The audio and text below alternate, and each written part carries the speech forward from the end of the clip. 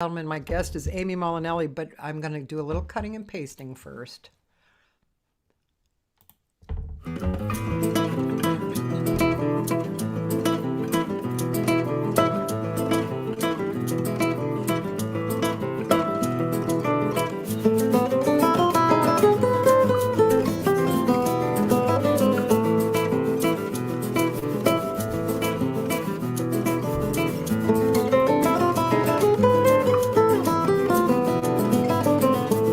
To substitute he for she, or vice versa.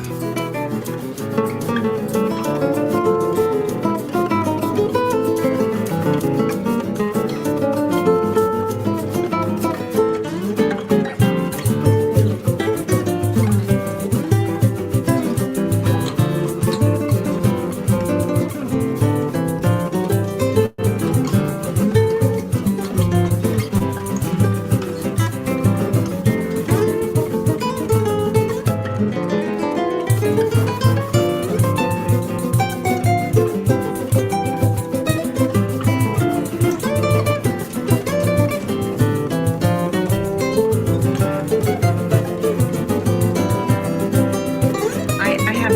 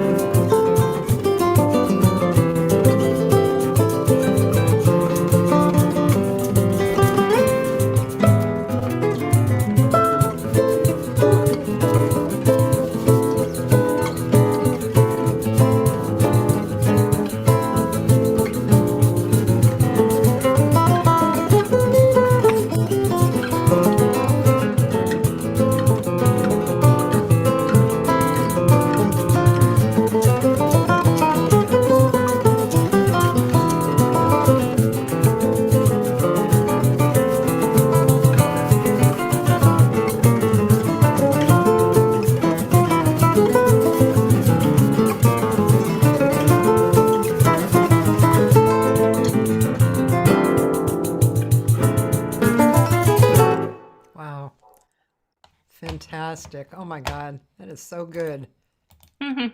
Really good. Okay, so I have to like that. And I'm just getting a little bit more together here. All right, and doing that. Yeah, really, that was great. So, again, I'm introducing my guest today. This is kind of unusual because I have slowed down a lot on live guests, and I've been doing archives. But you are number, just so you know, 555. Dang, I know. it's a nice triple threat on the fives. Okay, good. Five Yeah, is I my know. favorite number. Wow. Okay, well, I think you should maybe play the, what the what is it called? Buy a ticket Oh, for the lottery. Yeah. the lottery. Lotto. Yeah. Yeah.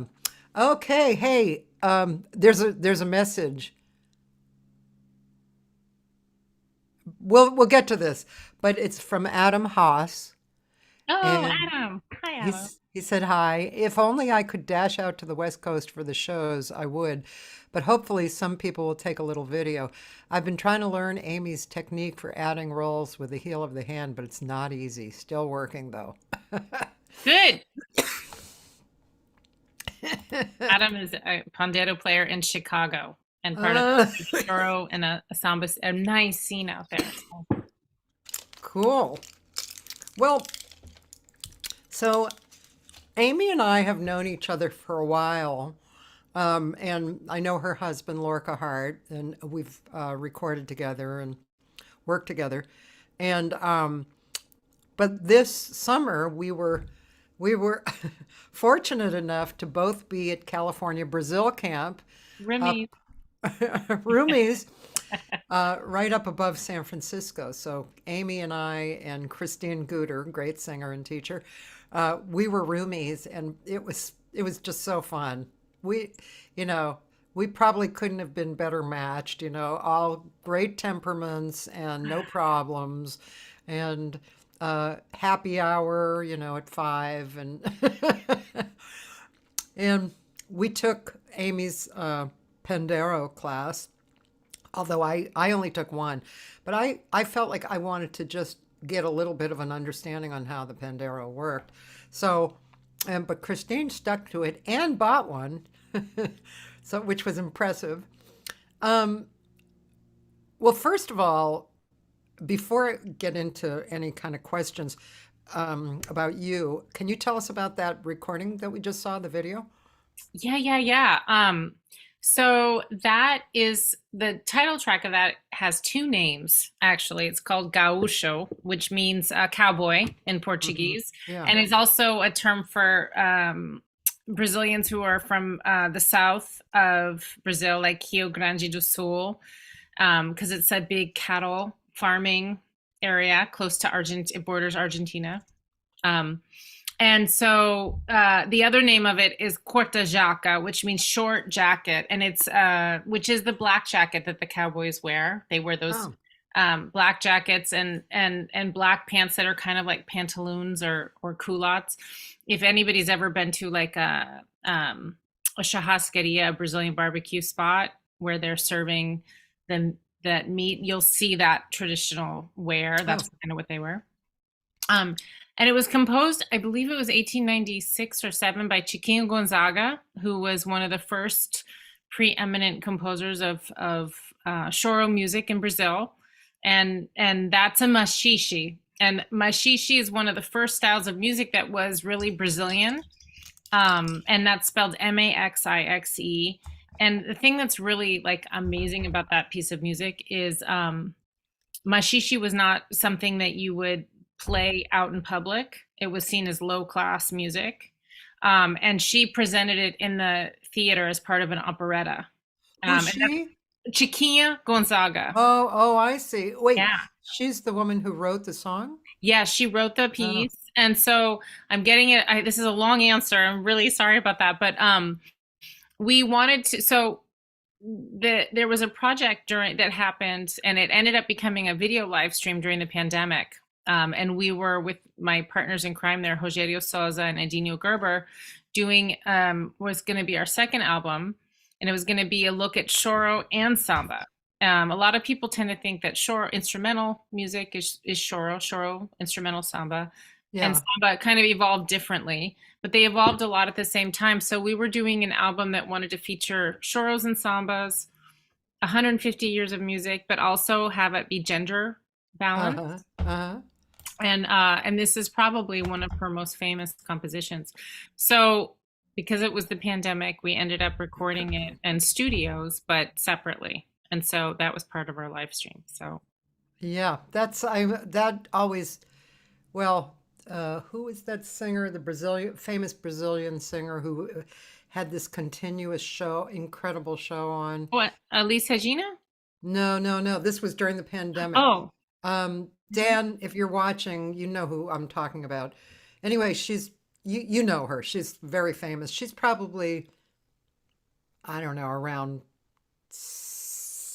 I want to say 60-ish, somewhere that age group. And she was having like daily shows with great accompanists and I just Monica Salmaso. Oh, Yes. Monica That Salmaso. thanks, Oh, Adam. yes. Yeah. And I just it blew me away because it was so not only gorgeous, but it was so kind of present. And I was always going, how are they doing that? Because especially in the beginning, of the pandemic, who knew? I don't know. I'm not sure how everybody was doing it except for, Right. adding, so maybe that was part of it. But God, a lot of it looked like it was live. So I don't know. Yeah. Well, she's one of my favorite vocalists. I love the quality of her voice. Oh, yeah, man. So you said something. So what did you say the Choro or something else was thought of as low quality Oh, and you wouldn't Mashishi. perform it? Yeah. So Machine. Mashishi is now under the umbrella of Choro music. But Mashishi was really, I mean, it came around in the mid 1800s. And the clandestine dance, because you were dancing as a partner dance and you were touching, you're close Ah. together. So, ooh, salacious. Uh, um, and really though it was the dance form that ended up kind of putting Brazilian music on the map. And Mashishi was like it exported out as far as Russia, Europe, Oh. the U.S. The famous flapper couple here in the U.S. the Castles. It was they did the Mashishi. You can even find Oh. footage, black and white footage on YouTube. Wow. And I think it was one of those, at that time people would meet in Paris and learn the salon dances of the season and then take them back to the Americas. And this was one of the first times where this dance kind of went out into the world from Brazil. So it was pretty important. Um, do you mind if we just take a brief like moment to look to see if we see that on YouTube? Yeah. Oh, it's so cool. It's funny. Yeah. And so you're gonna have to tell me how to spell it again. How It's Maxixe. And I think it's are you looking for the, oh yeah, there it is up there. Try right that here. top one. Yeah.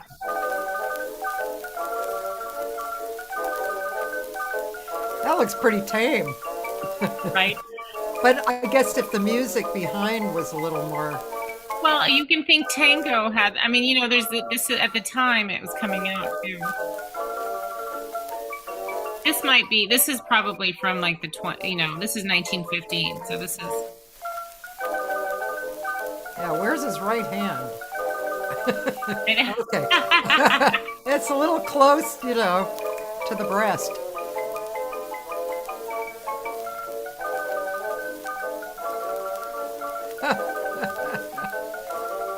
Okay. I'm not sure who this is dancing it to, but it is an old video. Uh, oh, they aren't labeled, but it's extracted from it. Yeah. Okay. Anyways, So- you can and kind of is get that that. basically the Mashishi, or did people? Yeah, that's one version of it. Yeah, I mean, it was a good long. I mean, this looks like it was a so here's. That's probably a little more of really what was happening, right, in Brazil. I mean, well, in the mid 1800s. Well, this is a theater show, so it's going to be like it's like a musical. Yeah. So it's a little. I don't think they have the spotlights and the fog machines, but you get a little. It's a little jumpier. What's kind of cool about Chiqui and Gonzaga? I'll say after, but there you get some movements that are a little more torso. Yeah. Okay, so I see. So yeah. All right. Okay. One thing that's funny about about the machixe is that, there was, so with Chiquinha Gonzaga, she was of mixed race, and she was kind of holding both sides, and she was this like fierce woman who was a composer, an arranger, musician at a time when women weren't doing that. Yeah. She smoked, she got divorced, she actually she had a really intense and some tragedy in her life, but she is so revered that they even made a soap opera about her. So Oh, you can find it on YouTube. And there's one really wow. kind of, it's a little, campy, but there's this scene where she's like, putting the pieces together because she's like coming out of the ballroom when her parents are having a big fancy party in the, in the estate. And then she's going out behind the kitchen and playing with the servants. And, and then she's, that's how that they were playing machixe, then they were dancing the polka, and then that's the machixe is kind of a mix between the African lundu and a European polka. And then they had a baby, and it was the machixe. Okay. All right. Well, thank you. And then those gentlemen you were playing with, tell us a little bit about them. Where do Um, they live, and yeah. how do you know them? Well, let's see. That's how I think I first met you, Cathy, was through with Robert Kyle Yeah. and with Rogerio and Edinho. So Oh. actually, I met Rogerio Souza, who is a seven-string guitar uh, player and also arranger composer, when he was teaching at Brazil Camp. And I did not go that year, but I met him, and he did some stuff with my local Choro group, Grupo Falso Baiano.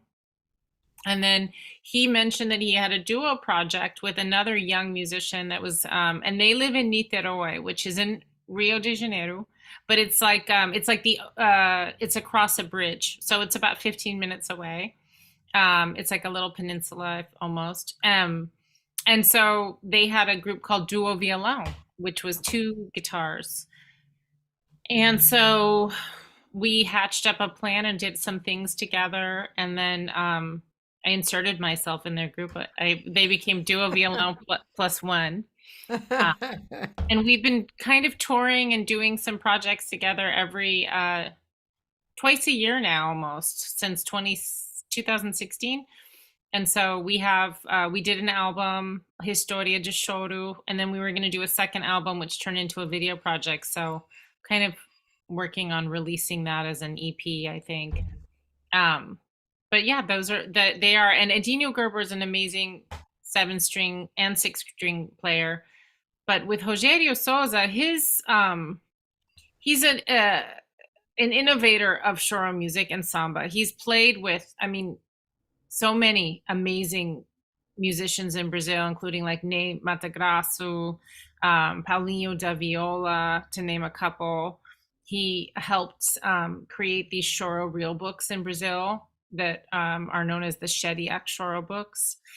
And his family has been sort of a long-standing, evolved group of musicians carrying this music. His brother, Ronaldo de Bandolim, took over for a very famous mandolin player, Jacob de Bandolim, when he passed, in their legacy group Época de Ouro, which is one of the quintessential choro groups. And then Rogerio had a group in the 80s called No Empinga de Agua. And that group was sort of created a style called Choro Novo, where they had some like fusion with electric bass and some really kind of contemporary aspects. And so, and then Edinho is half American and has like the jazz and blues, and now lives in Chicago and just had a baby yesterday. Oh, wow. So Congratulations to him and his anyways, wife. yeah. Wow, pretty cool. Um, I'm sure we'll get back to Choro anyway, but um, what did I want to ask you about it? I can't remember my question. There's, I, I mean, I knew about Choro before I went to Brazil camp, but um, going to Brazil camp, I got a lot more of it, and a lot, I really felt it, and I visited, different people jamming on Choro, and um, it's really, Well, I mean, let's see. I mean, that camp was so cool anyway because it was like 200 people on the same wavelength in total joy and, involved in the Brazilian music, dance, playing, but when I think of my observation of some of the groups I stopped in on and listened, it was obvious that there were a lot of songs that people knew. I know I talked to one of them and they said, yeah, there's like about 200 that people kind of know and play together. Mhm. Um, and it's it seems like correct me if I'm wrong, seems like the melodies are very uh, precise. And because everybody plays the melodies together, they can play the melodies together and the timings. I Mhm. mean, not necessarily they have to, I'm sure, but it seems like people can. So, Mhm. so I mean, that's kind of, I think it's a pretty strong statement because the only other music, gosh, this shows my limited listening, but the only other music I really know about that people could play the exact melody rhythmically and melodically together would be classical music, you know. And it's considered Brazil's classical music also. Yeah. Oh, okay. I mean, it has that root in it for sure because when I always think, what really strikes me is that when Brazil was colonized by Portugal, it's really the only colony where the king and queen, the royal court, actually moved to that colony for like I think it was like 13 years. The king and queen of Portugal. Portugal, right? They Yeah, were afraid to be run out by Napoleon. And so, I mean, when you think about that concept of moving the royal court there, yeah. it's pretty significant. And so, in that ceremony, right, you would have these salons at these estates or at these different, uh, they divided up Brazil, just like you think about, like when we think of, like the royal kingdom, right? United Kingdom or something. You'd have these out. Everybody, you're going to be a duke of this or a baron of that. You have all these Yeah. different aspects, and so, um, their history with slavery is pretty significant. They're the largest. I think their slave trade was 3 times that of the United States, and the last colony to stop slavery. So there was quite an institution of that hierarchy. And so, you were importing all this salon music and all this classical music. So that is what they would do is the at that time it was kind of the end of the what was it, the Baroque period. And so you'd have these like mazurkas and the schottische and the polkas and valsas and that is part of Choro repertoire. There are polkas and schottisch, they call it, and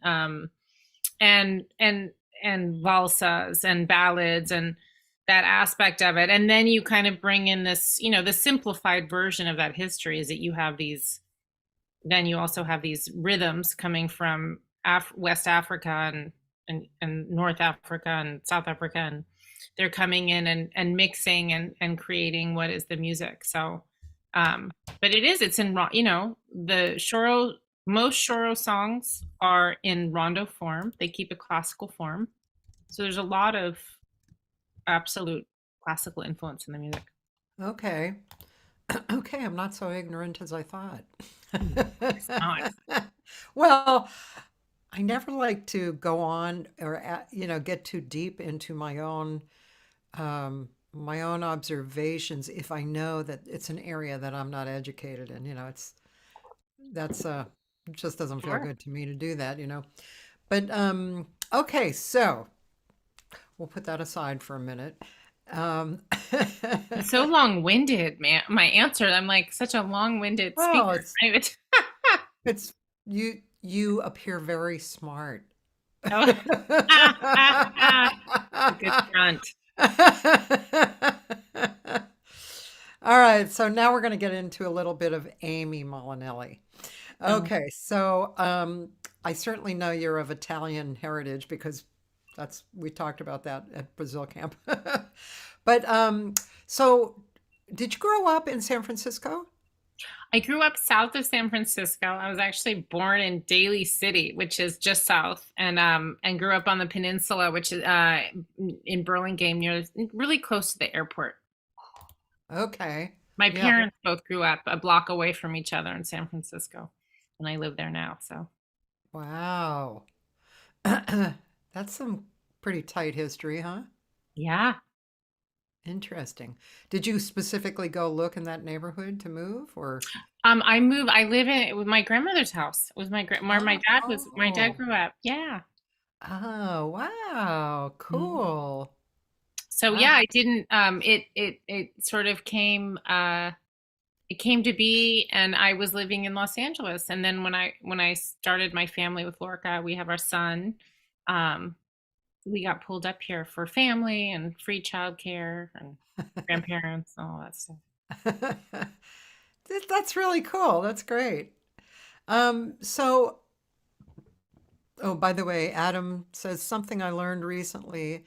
Darius Milhaud spent several years as a diplomat in Brazil and used 20 tunes from 14 composers in this delightful piece. And then he posted a Oh, YouTube. cool! I Yeah, can't see it now, but I can't wait to see it later. yeah, yeah. Um, maybe I'll put it in the chat Yeah, just so that you won't miss it, somehow. So here you I knew go. Adam would send it to me anyway, but still for everyone else. Or Oh, it's definitely there. okay.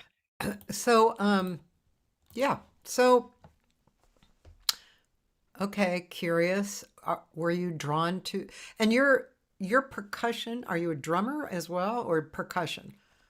I think of myself as a percussionist. I think of myself as I'm an American percussionist, and I love Brazilian music, and that's a lot of the music I play. It's not all that I do, um, and but yeah, I do a hybrid kit sometimes, and I play cajon and things like that. But it's still considered not a kit drummer. Yeah, yeah. What other styles have you played as far as adding your percussion other Um, than Brazilian? I do a good amount of singer-songwriter stuff, Oh, and sometimes world things that are people's projects that don't. I don't know if they, I like to do sometimes even. I've done some theater stuff, orchestral stuff, Latin jazz too. I dabble in the Afro-Cuban side of things, of course. A little bit of frame drumming from my going. I got my master's at Cal Arts, California uh-huh. Institute of the Arts. So definitely John Bergamo was a big influence, and at that time Randy Gloss too. And so Can you speak a little bit about frame drumming? I don't think a lot of listeners know that term. frame drumming, yeah, they're just it's a round drum that you hold. Like think people know the Irish drum, the bodhrán, that's a frame drum, Oh, or okay. technically a tambourine is a frame drum because it has a wood frame with a skin head. So those are, and there's all kinds of different, a lot of Middle Eastern drums are frame drums. Some have the rings on the inside, sometimes have bells. You'll find them, Persian music, for example, Yeah. from Celtic music. Are they always Drums are held? everywhere. A lot of times they're held in one hand and played with the other. In India, there's like a kanjira or a rick, right? They're small frame drum with like one jingle. So every culture has a little bit of a different technique. I definitely have read the book, percussionist nerd book, but Lane Redman wrote a book called When the Drummers Were Women. And, Oh, yeah. I you know know, that. there's the she did research that a lot of the first drummers were women, and that were frame drummers, and you can find them in like Egyptian hieroglyphics and cave paintings, um, and then some theories think that drums were more like Western wise militarized with the Roman Empire and became more of a masculine thing. Interesting. I don't know all the history, so I just, but frame drums are cool. Yeah. And I mean, it goes right along with, how you know, the basic pandero playing, Mhm. right? Holding the pandero, which is a frame drum, Right. I'm guessing, right? Yeah, with jingle, it's like a, tambourines. Tambour is also means drum. Tambourine just means it's a frame drum with jingles, is the way I think of it. Okay, And yeah. people get really sticky about the pandero. They're like, it's not a tambourine. I'm like, well, it's in the family. Well, what makes it different? On a pandero, you have a tunable head, so you're holding it and you're playing the skin and getting that kind of samba groove. And I always think with the pandero, you're mimicking, right? You're mimicking the bass drum, the surdo, and you're mimicking the shaking of the ganza, and then you're playing around patterns that they have. They call them like rides, lavada or diseño, um, and you're able to do a lot more with it in that way. But you know, I think that comes from the thought of just like a rock tambourine where you're hitting on the 2 and the 4. But there's a gospel music tradition also often uses a tambourine. You hold it the opposite side, and you play it differently, but there's a lot more on the skinhead and a lot of complexity in gospel tambourine drumming as well. So Cool. it's kind of cool. Okay, so were you always drawn to rhythm, drums, percussion, like when you were a kid? It's funny though. I just realized in fourth grade, Dr. Nold um, did a Woody Guthrie song with our class. Good morning, America. How are you? Remember, we Yeah, sang that. yeah, Child of the '70s, as I am, yeah. although that was '80s. But and he gave me the tambourine to play, and I felt so special. I realized that was really my first. But he knew probably I had some. I was playing piano at the time, and I really liked it. So I played. I looked at classical piano as a kid, Oh, um, and then I got to a place where I either had to like really get serious and go 3 hours a day and go that track, yeah. and I didn't want to do that. I wanted to learn how to play jazz. Uh, but we didn't know. My family didn't know. So Why did you want to learn how to play jazz?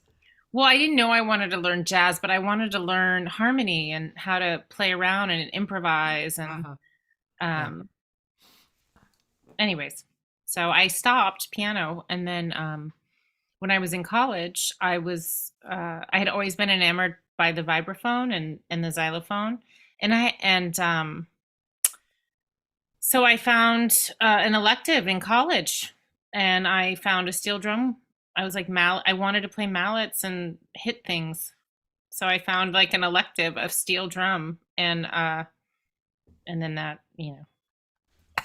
and went down some rabbit holes. Do you remember during that time moments of excitement, like discovering stuff or being intrigued by stuff? I was so excited to be playing steel drum because I could read music and it felt really easy. We were in this class and I was able to play, and just the feeling of the rubber mallet on the pan was so exciting. And we did this, like, I think it was what did we play at the end of the semester? We played on the Concord Pavilion stage for Earth Day as a Oh, part of a community, whatever. And I just was so into it. And then I met some friends I was at UC Berkeley, and they were like, you should come try these like West African drum classes. Um and I did. I studied like Ghanaian Ewe drumming. I would take classes at the it's called the Malanga Cascalor Center for the Arts in Oakland. It's an African music and dance center. They yeah. have Senegalese, I mean Haitian, all kinds of stuff. There's just so much in the Bay Area, and so I kind of was like discovering new colors in the rainbow. I was really like trying all kinds of stuff. Cool. Um, I'm just looking at some people's talking. Adam says also the jingles face each other where a regular tambourine they face away, and this actually makes the jingle more precise. Yeah, they're concave, they're convex instead of concave. So American, and they're often chrome in an American tambourine, whereas they can be chrome in Brazil too, but a lot of time the Choro pandeiro, they're always almost brass, which gives it a Ah, nice softer sound. yeah, okay. Let's see. Hi, Taylor. And I think that is a song by Stevie Goodman, City of New Orleans, isn't it? Oh, Let me, maybe. yeah. I don't know. I'm remembering from fourth grade. Thank you. Adam said yes. Okay. Okay. Actually, he said bingo, but basically he said yes.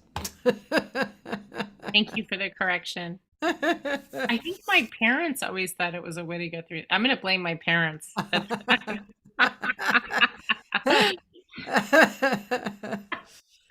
Okay, so then at some point you decided to go to Cal Arts. Did you do something before you went to Cal Arts, or did you just go pretty much to Cal Arts? It's a really weird path. It's not an expected path, and it was I went to college at UC Berkeley and I graduated in conservation and resource studies. So I thought I was going to be an environmental scientist. And I have to say, I am a second generation Italian American raised Catholic girl.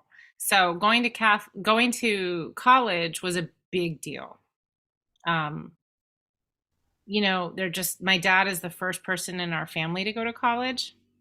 And my mom's side, there wasn't university education. So, getting like this was already kind of a left field, even conservation in the 90s. It was new. And so, anyways, I worked for an internship at Union of Concerned Scientists for 10 months. And I was thinking I was going to be working and going to graduate school in energy and renewable energy. And but I wanted to take a break because the internship ended. It was a paid internship and it ended in like May. And so I had a friend who had taken some time off in college and gone to Brazil and Cuba and Argentina. And so she had told me about Salvador Bahia, and I went to Brazil. And then like my whole life changed. Yeah. So you So went to Brazil, your whole life changed. You met Brazilians, you fell in love with the music. Um, yes, all the things. I did how all the lo- things. how long were you there? I was there for about 8.5 months. Oh, yeah. Yeah. In that time you would definitely fall in love. Yeah. And I did like a Portuguese language course, and then I ended up meeting this woman. I still remember Monica, and I was renting a room. I met another girl from Zimbabwe who was applying to graduate schools my age, and we became friends. And she said, I have this. You want to share a room? I found this place, and so we shared a room in this spot, and we met, our neighbors, and it was in a really neat spot in Salvador in the old historic center. And I met this woman, and she said, "Oh, her husband had just come back from France, and he was starting an all women's drum group, and she wanted him to learn English. So did I want to trade English for percussion?" And I was like, "Yeah, I do." But he did not want to learn English, so he kept having me come to their rehearsals, and I would check out the rehearsal, and then after this, and then he'd be like, "Yeah, today I don't have time to do the English thing, come back tomorrow." And so I think on the second day he like gave me a wood block to play to see if I could keep the beat, and I was like, okay. And I kept the beat, and then I got a shaker the next day, and then he gave me like a bell, a triangle, like he went through, and then he was like, "I don't have time to learn English, but we need a couple extra drummers. Do you want to play with us? We're getting ready to do Carnival, and also the Lavagem do Bonfim, which is this huge event in January. it's a parade to this church. It's a sacred space. And I was like, yes. So that really just blew me away, because I was able to see it was for young women. I was able to see, it was called Kalundu. And I was really able to see how much the social work was happening through music in Salvador. You know, even some of the larger drum groups that are more famous, like Oludum, have like schools, after school programs, school lunch, apprenticeship. And I just was really inspired by the way the music was going around all that. So, anyways. Wow, that's deep. Yeah, I didn't know how I was going to do it, but I was like, I kind of knew this was what I needed to be doing. Yeah, yeah, I can see how that would touch the same desire in you that why you were in the, excuse me, the environmental, there was some part of you that really wanted to make some change for the good.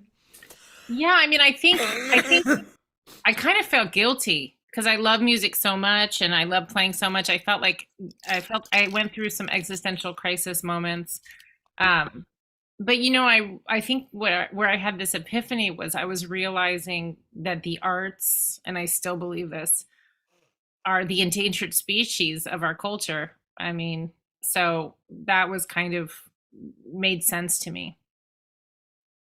And because education is such a revered thing in my family, like going to school, and I hadn't so I went to community college. I got some of my ear training courses done, and that was my test. If I got into graduate school, I was like, okay, I'm going to do this. And then why did you pick Cal Arts? Well, I knew they had a world music program, and I knew it was very well respected. And I knew they had different aspects of percussion. I looked at Long Beach. I looked at UCLA. I was looking at North Texas, Brown, New York, NYU. Different programs. And I ended up visiting a handful. And I just, I went and I visited Cal Arts. And it was like the second I walked in the doors, I knew. It was really visceral, like just, I'm going to come here.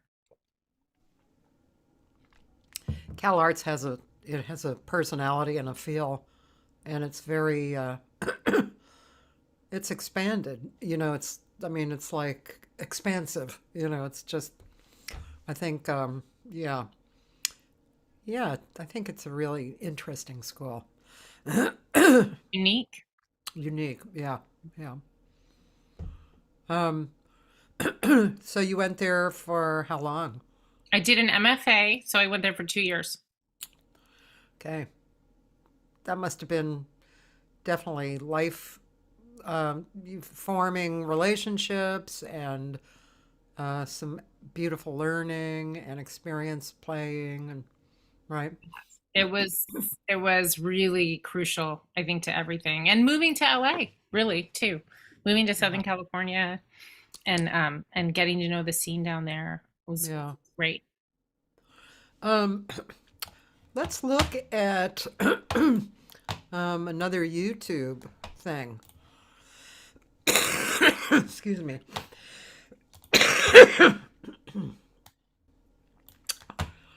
Let's see. So I'm just going to go to your name, and then you can tell me. Okay. It's on my list of things to do to clean up my YouTube. Oh, look, you're the same people live. Yeah, we did. That was at the old First Church here in San Francisco. Uh-huh. Let's see. I can't. Oh, there we are. Look at us. Hi. Let's go down to. We could click on the Choro and Samba. That one with Ami Molinelli and friends. That would be. Well, that I'm not sure what this is. So I think this is one of our concerts we did during the pandemic. Yeah. So that's with Claudia Vilela and Ricardo Peixoto, Brian Moran, and Harvey Wineapple. Harvey Wineapple.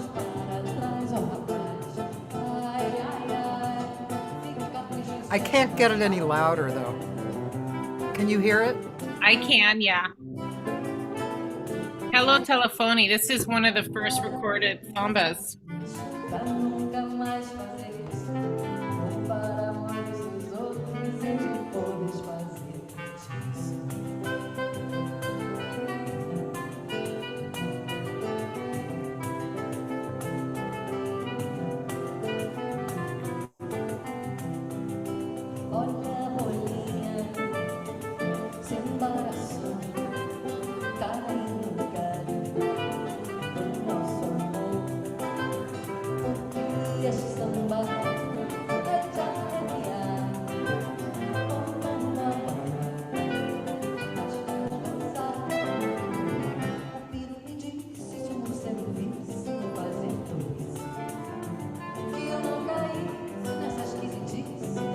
In a big empty room.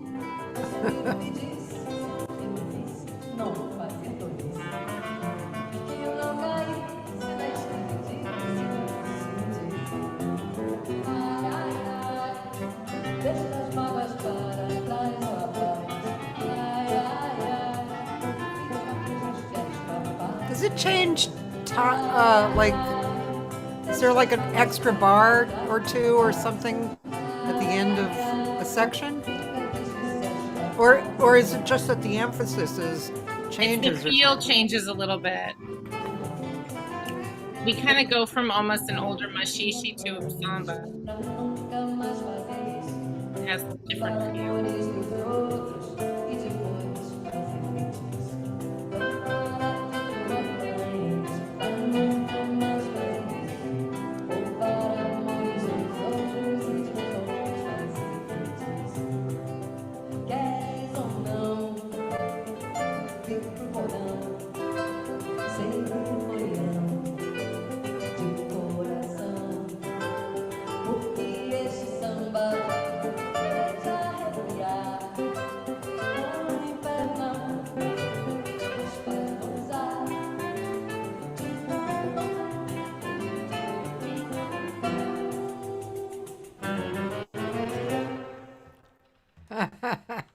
Oh, that's very cool. Oh, wow. That was Yeah, fun. I just saw Claudia's set at the Monterey Jazz. She was, Ah. that was, anyways, yeah, that was oh, I need to upload some new stuff, huh? Feels like forever ago. I interviewed Claudia, gosh, a while ago, because I have a friend in Monterey who knows her. So, yeah, I have to go to the Monterey Jazz Festival sometime. It was magical. I'd never been. Yeah, I've never been either. Yeah. Taylor, my friend Taylor, who's a guitarist at University of North Texas, he said, "Is there anything outside of music that's been creatively influencing you in and out of music?" Oh, that's a good question. Hmm.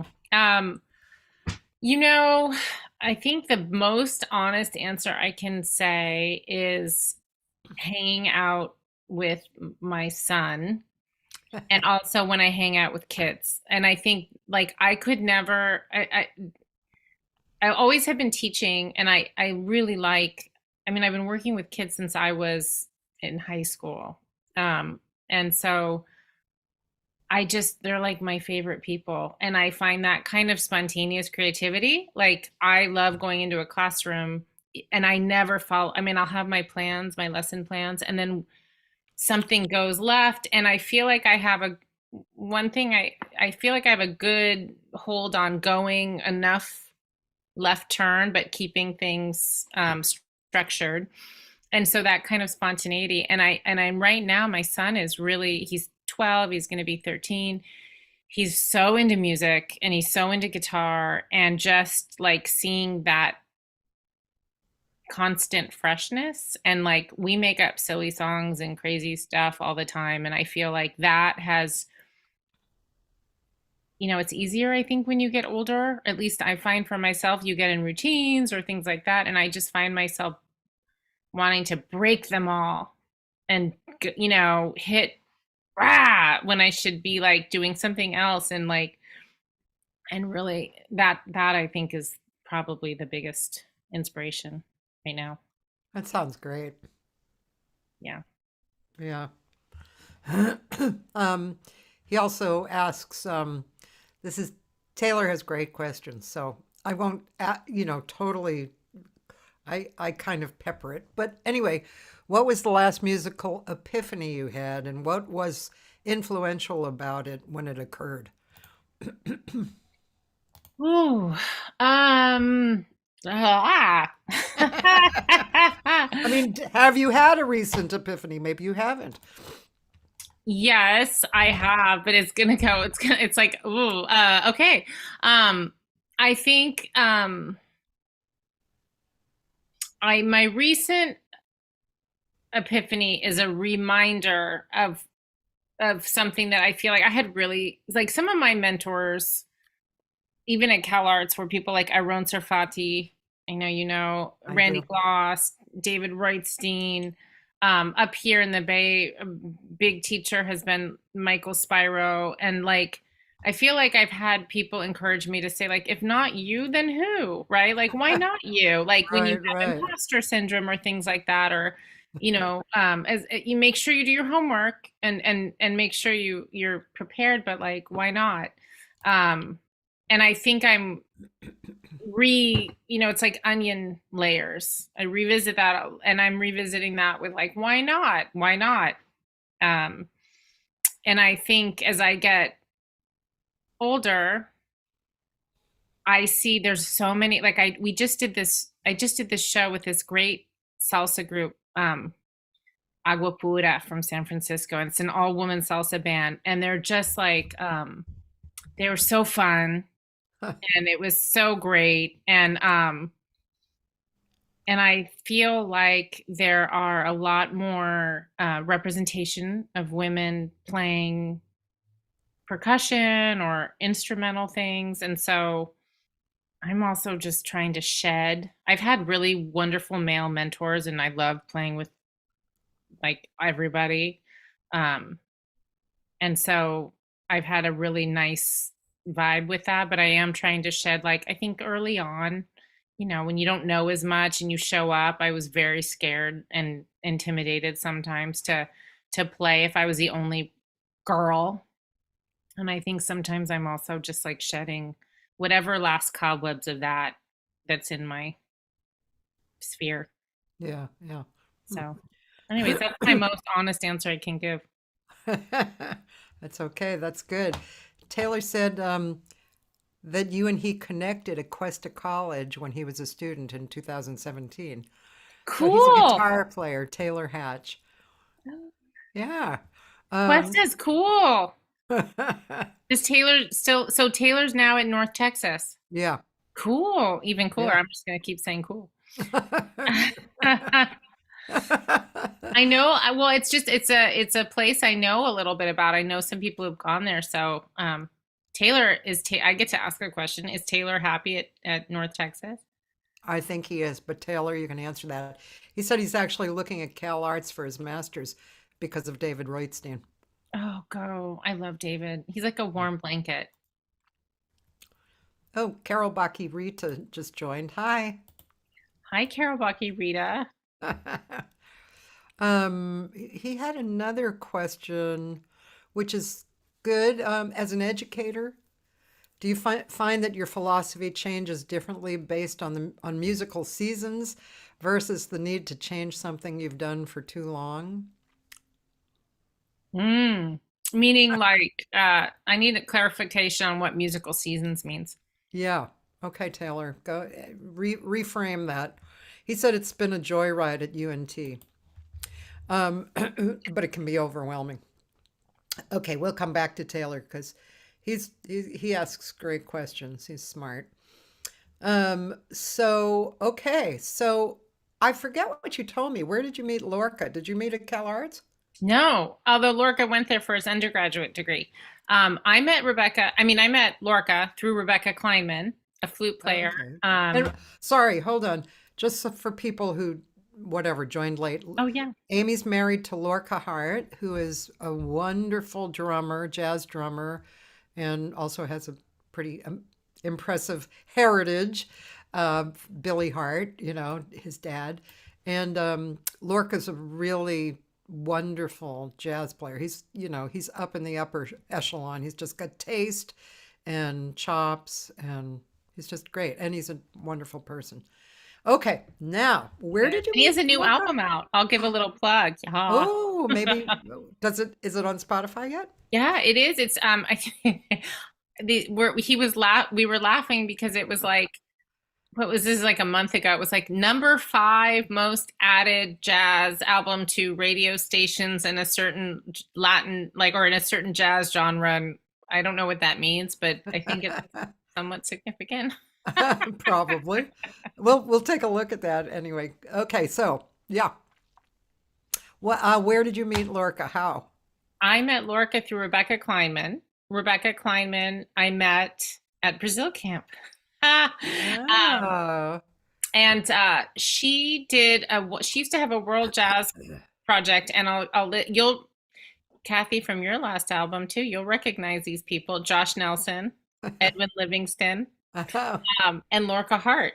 So that was her band, and she did a great album, and it was I think it was called Shedding Skin, and it was she had Ayrto on her album doing beautiful percussion, and she had all kinds of stuff, not just Brazilian. She had an Indian influence piece, she had something flamenco-ish, she had something straight ahead. It was a really neat project, kind of world jazz. And when she did her album release, I think Ayrto was probably not in town, and so she asked if I would play on her album release at the Soho in Santa Barbara.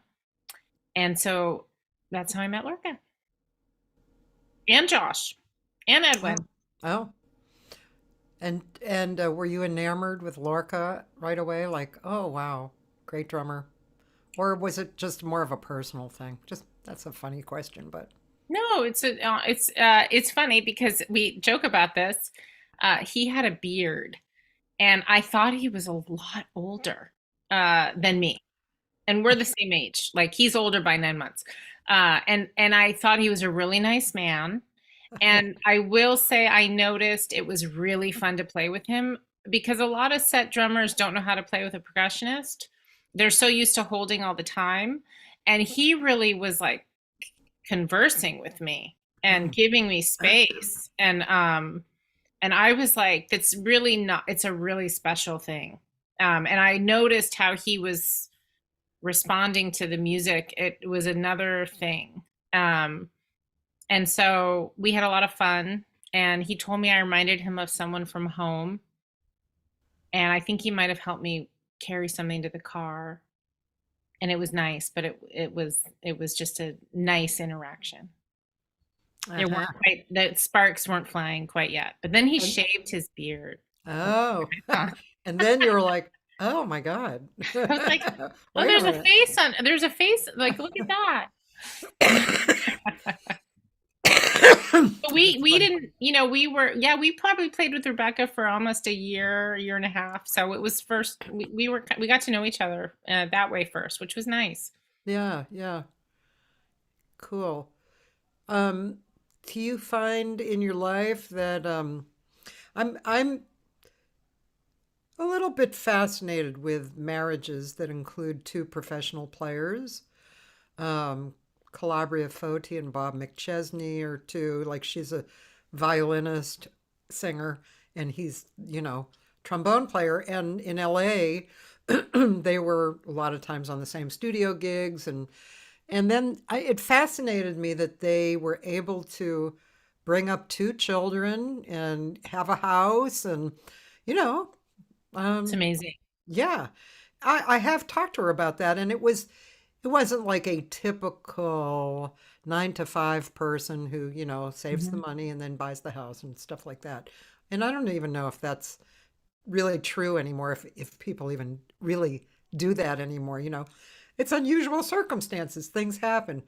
Chris Connor, who was a bass player, a jazz bass player here, and Kat Connor, I couldn't believe that they bought a house because they got a loan and they didn't lie. And he's a jazz bass Right. player, and she's a professional clown. Right. Really? A jazz bass player and a professional clown get a loan for a house. You know, The joke in it's there, amazing. right? Yeah. Just made me laugh. It sounds like the beginning of a joke, doesn't it? Yes. Uh, but anyway, so um, I'm not sure of the exact question I have, but I'm interested in how what kind of perspective, I guess, you have being two professional musicians who have chosen and carried on a life, with a child and a Mhm. home and right. I mean, it's not typical. I'd say, I one of the things it's so funny because I think when you live in Southern California and you live in LA and you ask people about San Francisco, everybody's like, "Oh, I love San Francisco. It's so great." And up here in San Francisco, it's very snobby. Oh, LA. How, and for those who are from LA, we always talk about that because I love both. Um, and I always say to people, in some ways, what I really liked about living in Los Angeles is that the dominant industry is Hollywood or recording, right? So you have a lot of people working for themselves in some kind of creative capacity.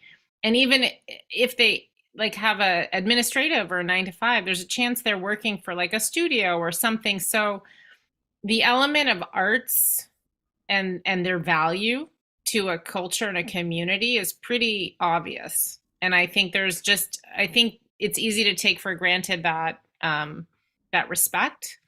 And I think, San Francisco in the Bay Area is always been an art city, but now it's a tech city.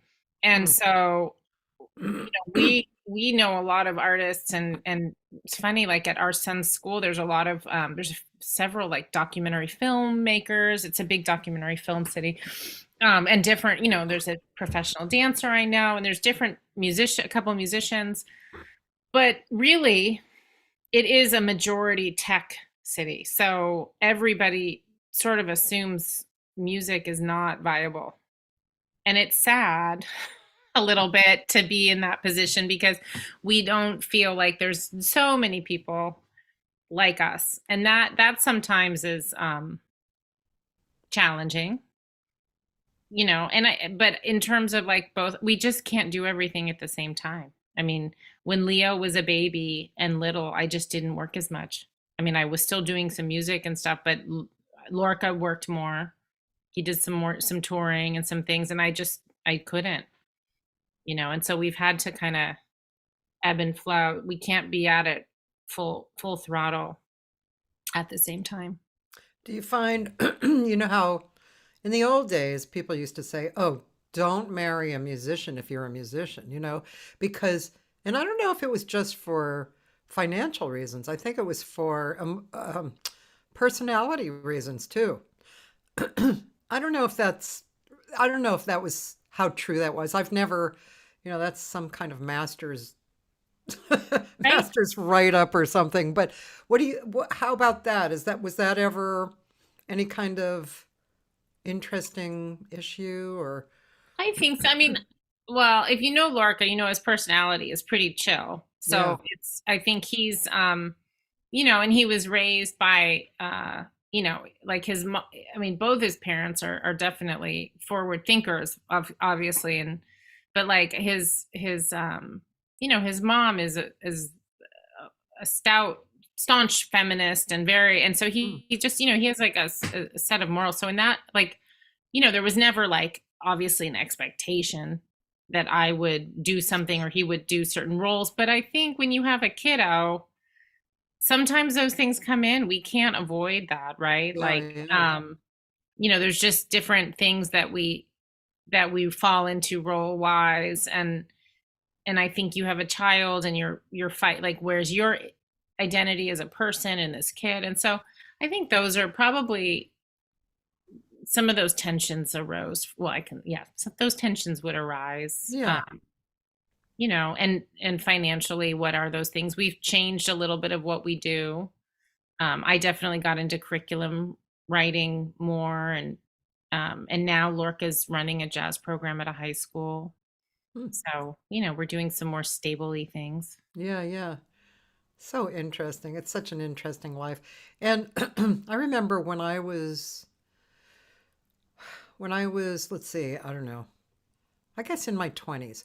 So my sister, I had two older sisters, and one was married to a doctor, and who was, I can't really say he was raised with any kind of artistic awareness, or artist awareness. My sister had been a singer, not a profession, not really professional, but my two sisters, they were twins. We grew up singing together, and Oh. she played the piano, that one. So, there was definitely an awareness of being an artist, really nice singer. But I remember in my 20s, wait a minute, let's see, I was married to Gus, so it must have been maybe in my 30s, actually. I remember my brother-in-law, it was a really weird little engagement of words. He asked, I I can't remember the exact thing, but he basically wanted to know if I was going to make any money in my life. So if taking care of my mother was going to fall on him, Oh, yeah, you know yeah. what I mean? Hmm. And so during that period of time, first of all, that was pissed me off, but also during that period of time, I felt like there was, through just probably conversation in the household or something, that there was probably distilled in his daughters this kind of downward look at me because I was an artist. And, Mm-hmm. I had some discussions about that and stuff. And I don't know if I still don't know if that was really real. It might have been my imagination. But during the pandemic, when I started doing these noontime hangs, I, strangely enough, it's kind of a duh thing, but I really got a big hit on the artist. First of all, how abundant artists are on the planet, and how we actually um, balance off every negative thing, you know, by what we're doing. If Hmm. there was no arts, we'd be like a dead planet. And so, yeah, so just saying that um, there's so much as an artist, there's so much to experience and deal with in in your life, in a living situation. It's pretty amazing. I think it's so deep. I really think it's so deep. I could go on for hours about this, but do you have any No. thoughts about that kind of thing? I mean, a lot. I think, I know from my dad's family, I definitely come from that. Like, it's a very typical immigrant experience where you have your first generation is working really, like, my grandfather was washing windows and was a janitor and like working really hard. And my dad grew up working hard. And then he, really became successful, and education is the path. And so, you have these, and then I think the arts come later. And so I feel Yeah, like doing that, like I'm really lucky. My parents at first were confused, but they really supported me. Like, once I started, I think when I went to grad school, they really were like, okay, we kind of understand what's happening. um and so, you know that's a path. But what I find now is, I have this little teeny tiny nonprofit I started when Leo was little, and it's a former teacher, and we'd work together, and we bring arts, music integration. We pre-literacy. We do music, we write the curriculum, we bring in books. We kind of have this thing we do, and I've worked in Head Start classrooms and underfunded classrooms a lot. And what I find now is when I try and tell like the teaching artists I work with or musicians is, especially when I'm going into like, urban classrooms or, to me, sometimes schools are like an emergency room of triage, right? Like you just have whatever's going on in the environment around this, you've got just staff shortages, teacher short. It could be anything. 5 kids are sick. There's a fire alarm. I don't know what it is, but it's really stressful. And I find when I walk into a classroom, sometimes the teacher's frenetic, like, oh, come, go, it's time, music time. Like I forgot, or they're, and now I have this thing where I'm like, we just have to bring so much joy. And I really think about the teachers as much as the kids, because I see so many teachers just, not everybody and not every classroom, but I think when you bring in, you can just see at the end of a half hour after just some singing and playing together, and that, there's this like deep breath, and it's a release, and it's different. It's the same as, just like we need PE or we need play. We need this kind of organized activity that's cooperative. And I find that for live music too. I mean, it's like from 5-year-olds to any age. Like you see that at camps now over the years. I've been teaching lots of camps, and it's like, I don't know, since the pandemic, there's a day or two where everybody's kind of not used to socialization, and then they settle in. And I think, we need each other, and we need to love each other through music and play it. And I don't know, I just find a real difference from the start to the end, or I noticed that. I don't know if that answered your question, but It does. It does. I'm just kind of letting it sizzle in here. It's pretty cool. Um, yeah, I mean, I like to hear that because it's a reminder of purpose, and everybody needs purpose. I mean, yeah, I'm sorry. If somebody yeah, says no, they're wrong. of course, I of mean, I course. don't want to say anything, but they're wrong. You know, But I've had these teachers too sometimes who'll come in and they'll say, I had this one teacher and I was like, what are you channeling? Because she came up to us after and she said, this is the you have no idea how important this class is for our week. Like the students don't know how to express like what they do through music any other time, or they, these moments where they're able to express, make choices about how they're going to sing something or play something, and they have to connect to everybody else to play. And it's just, wow, I don't know, I think, that's amazing. it's really hitting like a social emotional learning place. That's real. You must have felt really good after that. Yeah, of Yeah. course. Yeah, and of course we know that basically music is a religion because it's something you practice and it brings you closer to God. And Yeah. so, that's my religion. Um, let's see. I'm just looking at some questions. Ohio Hiroki. Um, let's see. Then of course there's more Taylor questions, which I'm reading. Um, and Harvey Wineapple, hi. Barbary.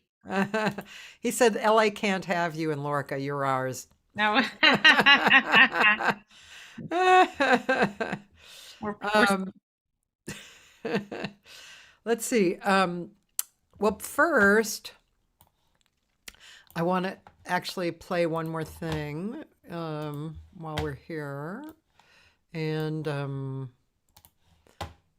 Ami Molinelli You could here. try. You know what we're gonna do? Look up. Can you look up Falso Baiano? We're about to do it. I don't know what's up there. And we put in my local group. What is it What's the called? last thing? I think. Oh, we did something called Canto. We did a Bottom Powell piece, Canto de Shango, and then D, another word Do, Dio. and then Xango. And it might X be on X. A-N-G-O? Yeah. I got to continue on my Portuguese lessons. That's right. Oh, I saw Monica. Yes, over there. You Yeah, did? Canto de Shango. Oh, Yeah, Yeah, with Anne. It was Oh, I booked Ian and Natalie at the G Spot, which is a house venue here, okay. and I'm going to, well, maybe not. My husband's been going through this strange knee problem. We were supposed to go to Aruba in November, and if we do go, then I won't be there. I'm Oh, like, bad. damn. But if we don't go, I will, obviously. Okay, They're so so wonderful. this is the one, right? Yes. Wait a minute, I think I started late for some reason. So this is yeah, we did this. This was a 12/8 piece. Okay, It's or we did it that way. Anyways, we did it, but yeah. here we One of go. his Bottom Powell's Afro Sambas. Okay.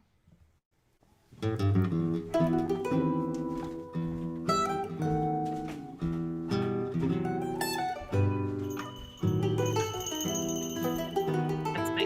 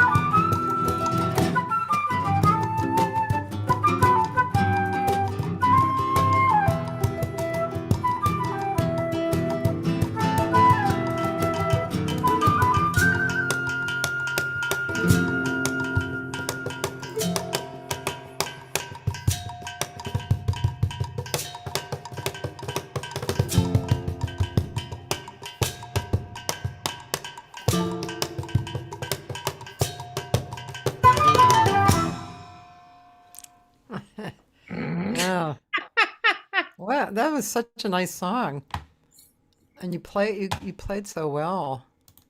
It's funny to watch that. I haven't watched that in a while, but yeah, I love Baden Powell's. Oh, I love Baden Powell. Who is Baden Powell? Um, Baden Powell is a composer and guitar player. Was kind of in the bossa nova movement, but he is famous for writing the Afro sambas and really one of the first times, kind of a little bit in response to the bossa nova becoming a little bit more whitewashed. Uh, Right. Writing about like the orishas from the Afro-Brazilian religion candomblé, and it's a Yoruba based, and bringing those. So he has and in his pieces, a lot of those famous ones like Consolação, Birimbau, or other ones he did. There's this really often there's an A B where he brings in this kind of partido alto samba, and then it goes into a regular samba. So he's bringing in some different rhythmic complexities, and coincidentally, his dad was a scout, and so he's named after Baden Powell, the founder of the Boy Scouts. Oh, I thought yeah, interesting. It's funny. And he's definitely a guitar revolutionary god of Brazilian music, and many people are influenced by him. Rogério, who we saw earlier, that's one of his big heroes and influences. And Interesting. Um, yeah. And and um, whose project was that? we did that with Falso Baiano. We did that during the pandemic also, but Yeah. that was just something that we had this arrangement, and we hadn't done anything with it, and so we did it as a standalone. Okay. Yeah. Cool. Let's see. Another Taylor question. Can you name any Brazilian records that you've just listened to that have given you inspiration? Oh my gosh. Yeah, it's right here. Do I have it right here? As a matter of fact. I have well, it's these there you can find them on YouTube, but they're these private tapes of Rafael Rebelo and Dino Sete Cordas, which are two really amazing seven-string players. But there's an album that I listened to the album that I listened to the most is it's a duet album, and it's I wonder if you know this. I can ask if you know it. It's Rafael Rebelo and Dino Sete Cordas, two of like the most innovative Choro seven-string guitar players, and they did this duet project, and then they have Jorginho do Pandeiro, who is like his style of pandeiro playing is kind of Huh. cemented the style, and so I listen to that often. How do you spell Gino Oh, Katsatachurla? Dino Sete Corda, so it means Dino seven string. So it's Dino and then the seven and then corda, like like chord, Corda. Um, Ah, okay. So, and that Rafael yes. Rabello. Mhm. Okay. Okay, good. I'm just looking at that stuff. So, okay. Curious. Is this the record that you're actually listening to? Just curious. Whoops. It's an oldie and it's a goodie. Um, and then Is this the one? oh, that tune is yeah, that's the one. Hmm. Yeah.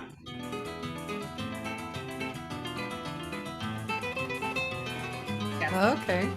And then that has been coupled with I've been listening to I just played well the at Monterey Jazz I just played with Sandy Cressman and her this project Oh, she did Cantos do Povo, yeah. featuring the music of Milton Nascimento. So I kind of for the last 2 weeks have been listening to Milton Nascimento and going back down and that rabbit hole.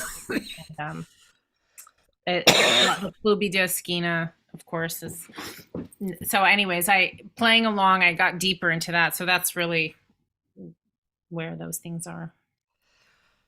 Yeah. Milton Nascimento. I saw him this year, and it Yeah. was well, it was good. I mean, honestly, I love the fact that there are so many people who can sing along exactly with the artist. But then the other part of me wants to hear, The artist. yeah, spontaneity and from the artist, yeah. But it was great to see Milton Nascimento after all these years. And one of my favorite memories is, God, it was years ago. There used to be, Sanborn had a TV show like Saturday night or Sunday night. It was like around midnight and it was unplugged basically. And one of the first ones he did was Milton Nascimento and James Taylor together on the same Whoa. show. My husband and I cried through most of it because you can see it on YouTube. I forget what it's called, Saturday night or Sunday night or something. Anyway, the Wow. two of them, you know, same kind of universe, Oh my connection God. Yeah. to. I think I don't know if I knew Milton before that, but it was really, really beautiful. Um, That's amazing. Hold on, I'm looking at this one. Well, I'll get back to you. I'm looking at one more album. I want to. I wonder if I can find it. It's down in my. Here, I'm gonna look it. I'll take a second and we'll see if I can find it.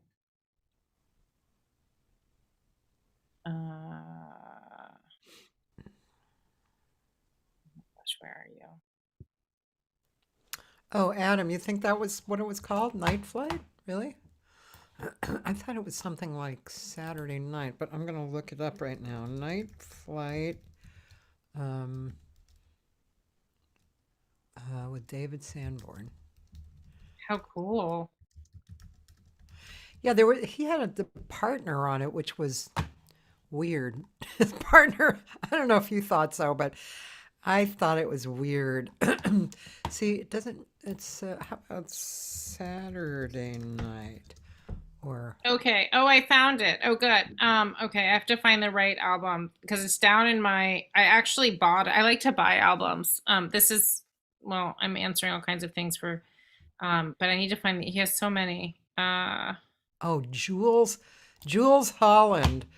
Yeah, sorry, David Sanborn and Yes, Jules we have Holland, that. who was, I don't know, he was kind of an odd one in there. But yeah, so it was called Night Music. That's what it was called. I'm gonna look that up. Hold on. Okay, hold on. Luis. Okay, I can't find the name of the album. Maybe Adam will know. Adam's gonna correct me on everything. Okay. It's an album that Luis Melodia did. He's a crooner of samba music in Brazil, and he did a really cool album within the last 5 years, I think. And but it's like roots samba. So when I think of samba de raiz, it's really like choro instrumentation or acoustic instruments with the singer. So great percussion you can hear, great pandeiro playing, and then great everybody. And it's driving and it's rocking, but it's still like it's really cool. And I'm trying to find that what the album is. What was his name? Luis Melodia.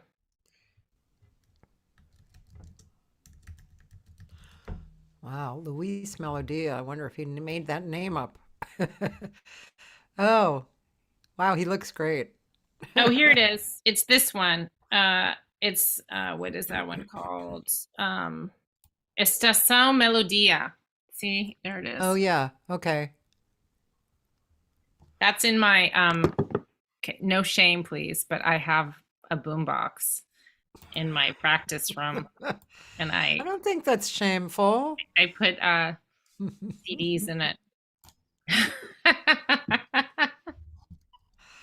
CDs. I have a CD player. I was just talking about possibly throwing out some of my CDs, but and I don't play them a lot. I admit, I mean, the ones right by on my desk, I go through every now and then because they're newer. But Mhm. It's a shame. I used to have a 6 CD player in my kitchen, Right? and I would put 6 CDs on for about 2 weeks, and I would just play them Yeah. over and over and over again, and it was great. But that time has passed, and I go to Spotify a lot, and then I kind of run through their playlist. Or right now when I get in my car, I have like a bebop Mhm. playlist playing, which is great because get to hear, I get to hear all kinds of great stuff. Your friend, I mean, obviously it's not this one, but he um, put a link up for Zedima. Oh, another great album. Yes. Good. I still like CD. I just like the aspect of us reading a book. And I do listen to, of course, Spotify and stream and stuff too. But I'm really mad because at one point I put all my albums into my iTunes and all of that, and over the updates that, you lose a tune here or there. So I still have my CDs. I did that. I did that. I put every CD into my iTunes, and then I moved my music over to an external drive because it was eating up a lot of my computer, and my drive died. Oh, I was so I'm pissed off. I was sorry. like, "Are you serious?" Yeah. It's hard to keep track of everything, all CDs that you like, and then you wonder why. So why am I making CDs? I know, right? Right. It's I think that's right. I came up at a time where it was really like you tell a story, you create this piece and it's you know, I still like that, but Yeah, there are other ways to do it as well. I do like CDs as well, but the CD that I'm listening to now is Benny Maupin and Dr. Patrick Gleason, Oh. and it's amazing. I mean, Gleason is like he's a percussionist, and um, he does. Let's see. I guess what do they say? Well, the wind instruments are Benny, rhythm instruments are Gleason, but he also does synths and stuff. This is an amazing record. God, this is Wow. so Oh, cool. good. I'm a big fan of Benny Maupin's, Not been, but yeah. Driving a while back. now Okay. I'm a big fan of Gleason too. It's really good. So I've been actually playing that when I can think of other music other than my own. Oh, thanks. Oh, thank you, Roland. You genius. He found the link to Milton and James Taylor Oh, on YouTube. good. Oh my God, it's so good. um, wow. Yeah, this is very exciting. Thank you, man. Yee. I love you for doing that. I want to watch that again. It's just so, it's killer. I'm gonna watch it. Where they're both coming from is just so, Is God. it long? Should we watch it? We can watch a little anyway. Let's see. Yeah. Um, I'm sure they have. I haven't watched it in a while, but they have different parts probably. Let's see. Let's see. That's James, but let me see where he comes on. This was a really cool series. I think it ran for a number of years. So it was just Oh, there he is. unplugged. There he is. Yeah, but I want to see the two of them Oh, together. oh, I 'Cause got you. it's gorgeous. Oh, I think this might be it, actually. Here, let's see.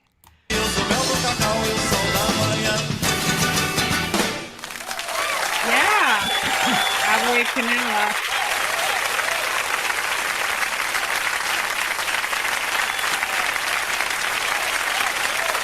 Number which is superb. Here are James and Milton performing Vendedor de Sonhos. Vendedor de sonhos, Damn. tenho a profissão viajante de caixeiro que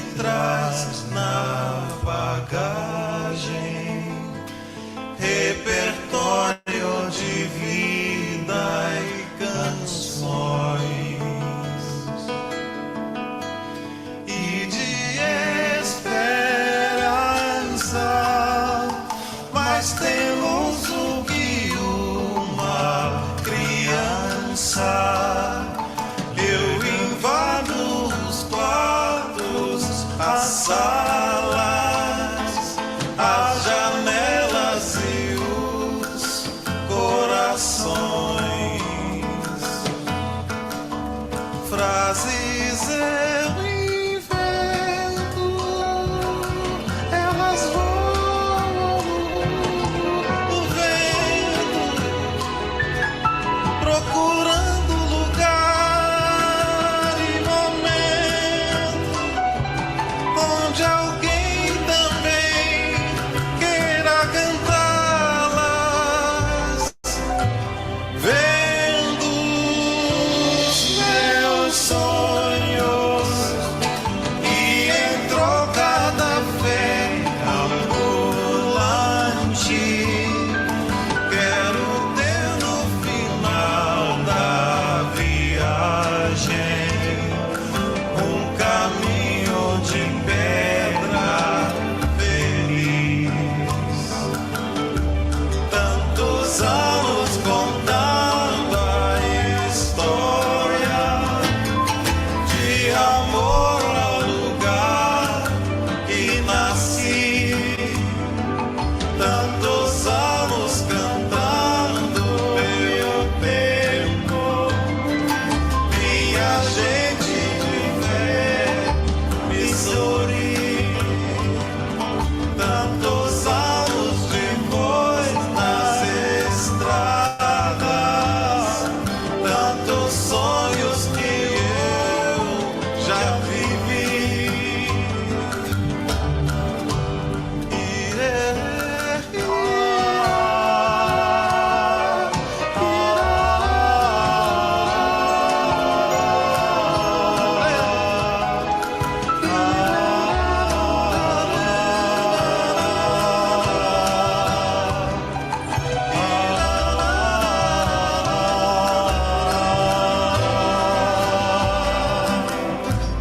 Vendo os meus sonhos em troca da fé ambulante, quero ter no final da viagem um caminho de pedra feliz. Tantos anos contando a história de amor ao lugar que nasci.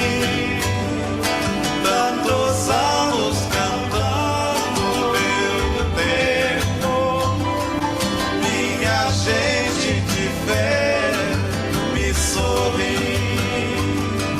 Tantos anos depois nas estradas, tantos sonhos que eu já vivi.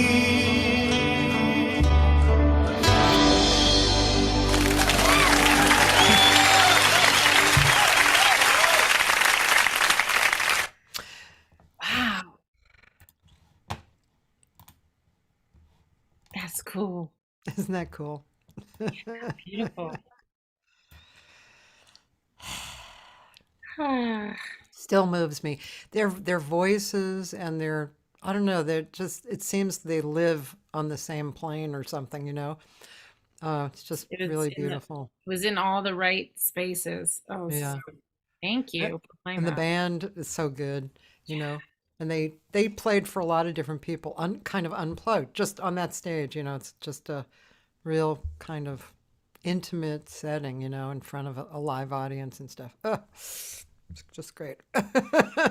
Another rabbit hole to go down now. I know.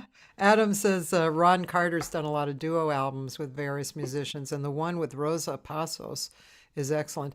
I have not heard that. I'm gonna have to I'm gonna have to bring that up on my to-do list here. And Rosa Passos. Okay, Adam, you're a good. Oh yeah, there it is. Great. Ooh, a lot of good listening. let's see. So, um, um, um, um, er, uh, mm, um,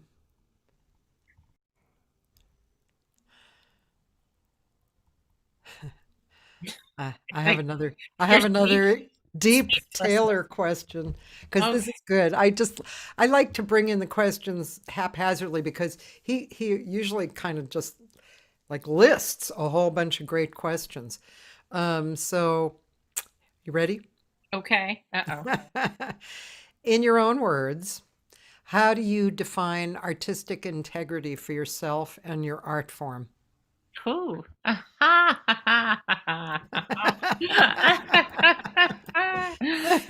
Oh, um, okay. I actually have a mission statement Uh-huh. in my mind.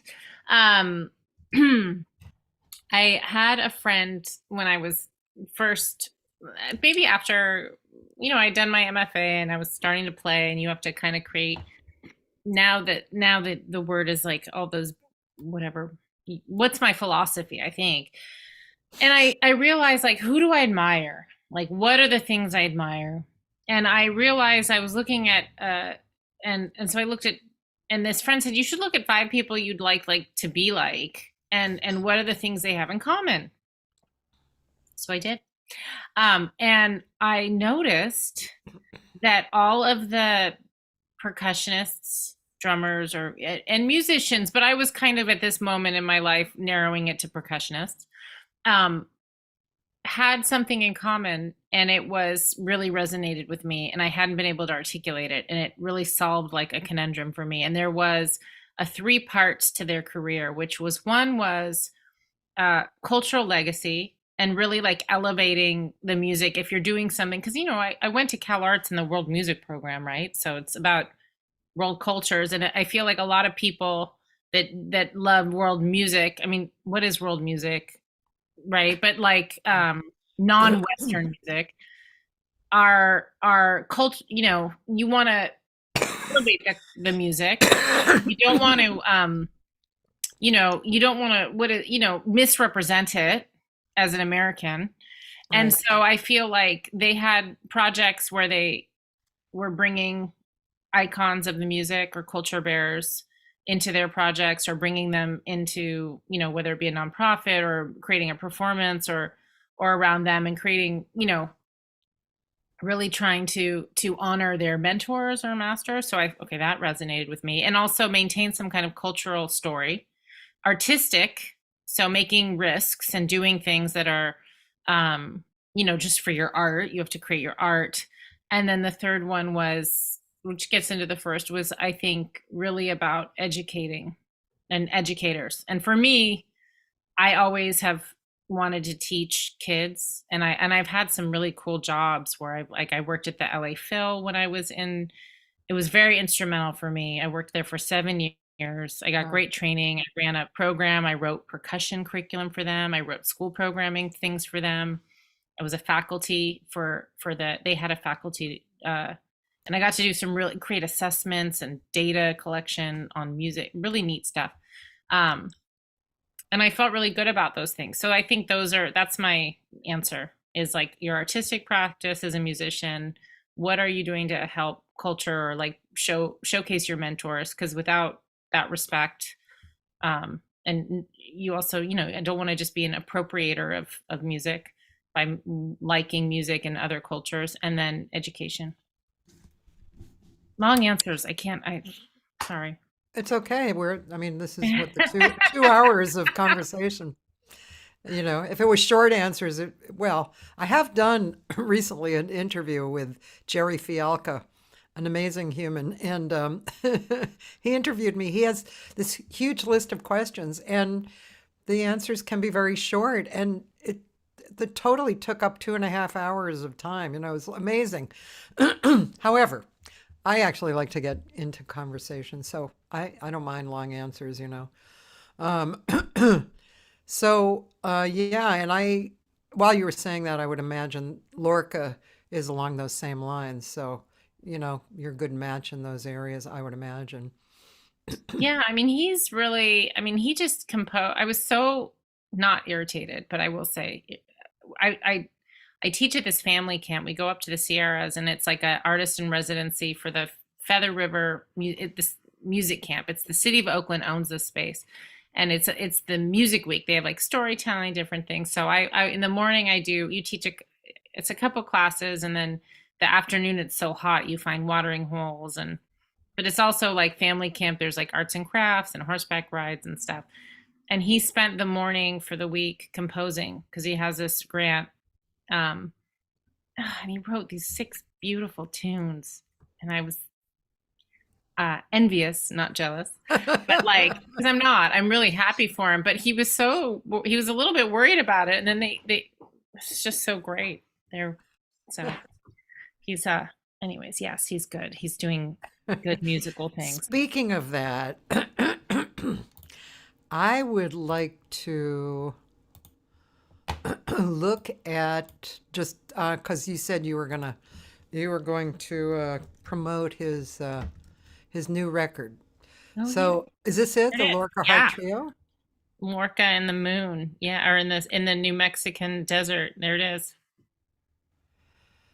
And I think Cool. his different songs have been getting play, but I know Song for Ganda has, and that he wrote that. He lost his grandma last year or a year and a half ago now, and that's what he called his grandma when he was little. I'm just going to play a little of it. Yeah.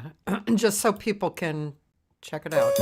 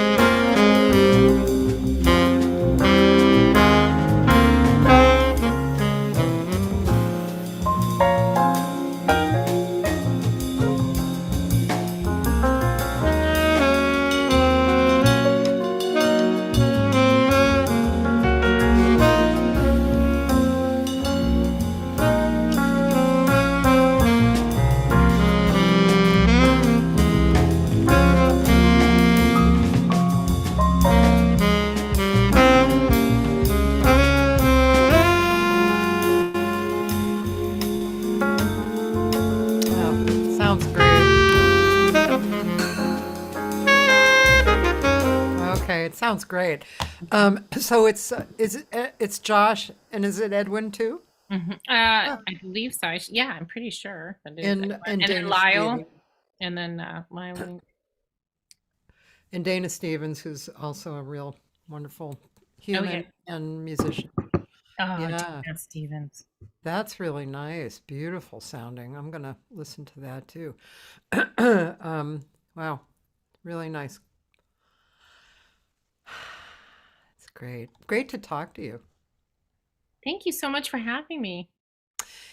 It's fun to, to talk to people for 2 hours because, even on our happy hour, we didn't like really have this kind of communication. I mean, this kind, yes, but for so long and a little deeper, and I just find it so enjoyable to talk to people I know and dig a little deeper. It's so interesting what you find out, For sure. and it's not just like, oh yeah, I grew up here and I did this, and it's not that kind of stuff. It's things like, for instance, like your circuitous route to your career. Those kind of things I find really interesting. And everybody has some kind of a story. I mean, it's very rare that you get somebody who from the beginning was on this one path and just followed all the right steps. It's very unusual. There's a guy named, let's see if my brain remembers names today. Come on. I'm not going to remember his name. Well, I might remember his name, but anyway, he's an older man. He's in his 80s. He's on the East Coast. He was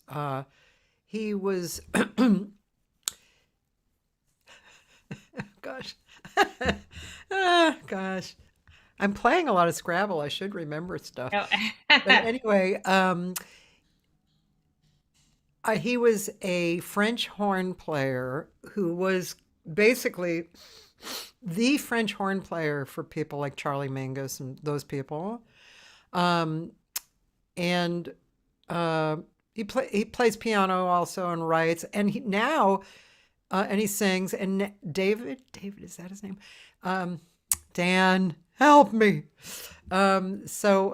His nowadays he like stays up till all hours of the morning out in festivals of like folk music performing, and he was friends and kind of co-creators with a very hip writer poet David Amram. Thank you, Joyce. Okay, David. Okay, Joyce. So who is David friends with? The guy who they bring him out because he's the only last living friend of this guy. The poet, the quirky, hip, bohemian poet. Come on, Joyce. I know you know. Anyway, so the reason I brought him up was because he had lots of stuff like that. Jack Kerouac. Thank you. Oh, right. Gosh. And at least I recognize it. Oh, God. But anyway, so stuff like he went to hear, I think the story it might have been Charlie Parker in a New York club. And he was a French horn player, but he was creative. And Charlie Mingus came by and they were talking, and David was introduced by Charlie Parker. And Charlie said, you ought to bring him on the road or play with him, and Charlie said, oh, you want to come to Europe with us? Wow. So things like that, you can't plan those kind of things out, and No. David had a huge, long history. He was he wrote classical music as well. He was like the artist in residency for the New York Philharmonic. This guy had a lot of, quite a career, really, and a very talkative, wonderful, entertaining human. But things like that really interest me, like the circuitous routes and the surprises along the way. And you thought you were going to take a right turn, but you took a left. And, are there any kind of look backs that you have that you wished you might have done differently? Oh, I'm sure. Yes, of course. Started earlier, practice more. Uh, Absolutely. I do. I definitely, those kinds of things, of course, yeah, started earlier. I mean, I think I met Lorca when I was in my 30s, but if I had met Lorca when I was in my 20s, I would have had a bigger family, things like that. Oh, yeah. Wow. By the way, Joyce said David's going to be 93 in November. And he's still, like, sometimes I'll be in touch with him and he'll say, oh, I just came back at 4 a.m. from this folk festival and I'm a little tired. No, he never says I'm a little tired. He never says that. And then he gets flown around to be this speaking member in relationship to Jack Kerouac. And it's a really interesting life. And still playing, creating. Yeah, it's really interesting. Anything coming up that people can look out for from you? Yes, I actually I have two things that are big and they're diverse in my arena. October 12th, we're playing at the Freight and Salvage with Falso Baiano and Duo Violão. And they're coming in for 1 week. And so it's October 12th and the tickets are up and all that stuff. We're hoping people will come out to that show. Can people find these tickets through your website? They can find them through my Facebook. Yes. Facebook. And Falso Baiano Facebook. It's like posting way too much probably. And then the other thing is my so my little nonprofit Music is First is releasing a children's album, and we recorded Oh. it through the pandemic with Lorca's on it, um, Oh. and we commissioned some local. It's 100%. We're calling it real music for real kids, and so it's one. It has a couple originals. Well, more than that, several originals from some Bay Area artists like Brian Dyer, who performs with Bobby McFerrin, and did a 13-piece. It's 13 tracks of All the Things I Can Be. So we commissioned him. It's his original track. It's like an inclusive, positive, self-affirming song. And so we're kickstarting to try and bring our concerts, free concerts, to some of our partners. We're in San Francisco Unified and Daly City and Oakland and San Mateo and Sonoma, and we reach 2,000 kids. So we're just hoping people will buy the album if there's little kids in your life and you want to hear a jazzy version of Itsy Bitsy Spider. It's up and it's going to be released in about a month, but we're pre-selling it now. So that would be Okay, amazing. well, where do we go to take part in this? You can go to musicisfirst.com and it's on there. It's also on my Facebook page. And we have a Music is First official as our Facebook page. And then the freight and salvage short, that'll be Choro and Samba. And we're, because Adinho just had a baby, Rogério brought his nephew, Tiago de Bandolim, who is an amazing virtuosic mandolin player. So we're going to have 2 mandolins with our local guy, Jesse. And so anyways, 2 ends of the spectrum. Definitely. Okay, I wrote that down. Thank you. And I also went to the site Music is First. Is that the nonprofit? Yeah. Okay, that's interesting. Cool. I'm just going to show that briefly here. See, Music is First. Here's Yeah. All the Things I Can Be. Yeah, that's the name of the album. There I am. That's an old photo of me teaching. What are they doing on the floor there? They're being caterpillars that are going to metamorphosize into butterflies and then go back and sit in their seats at the end of the music class. Wow, interesting. Okay, a lot of partner sites, Yeah. donations, free video library. Oh, cool. I have kids in my life. I have grandchildren. I'm Yeah. gonna share that. Yeah, really cool. It's hard to observe that the kids don't have any jazz. They don't, they have no desire really to come see Mima sing. Oh, yeah. Right now I am teaching one because she got into Annie and she's Annie. So she needs some help. So I am doing that. But, introducing jazz, I've thought of family nights where we could all share favorite music, so we could hear a song from everybody's list. I've thought of that, but I haven't instigated it. But I just, I don't take them to places. I'm not even sure they'd want to, or their parents would let them go at this moment, or that kind of thing. I do. So- It's I mean, yeah, I think on our album we have like a jazzy Itsy Bitsy Spider. We have like a New Orleans groove. We do like Little Liza Jane and Cool. a blues. It's the small, but yeah, seeing live music is the best way because then you capture something right. Yeah. We're doing Annie. That's great. She's gonna go. That's wonderful. Yeah, she's a very good dancer and actress. She's a little tall for her age. She's 11. And yeah, and so yeah, it's actually been nice giving her lessons, and because I've seen her in some shows, but now I get to really focus in on what she's good at and what she needs some improvement on, and she's having fun, actually. I believe she's having fun. So Yay. yeah. Okay, well, Amy, this has been really nice. Thank you for spending 2 hours. And I appreciate it a lot. And I appreciate you. And It's just great to get to know you more and more. Thank you so much, Kathy. I had a great time, and anyways, I'll see you next time. All right. Maybe we can get you and Lorca to come down and All right. do some music.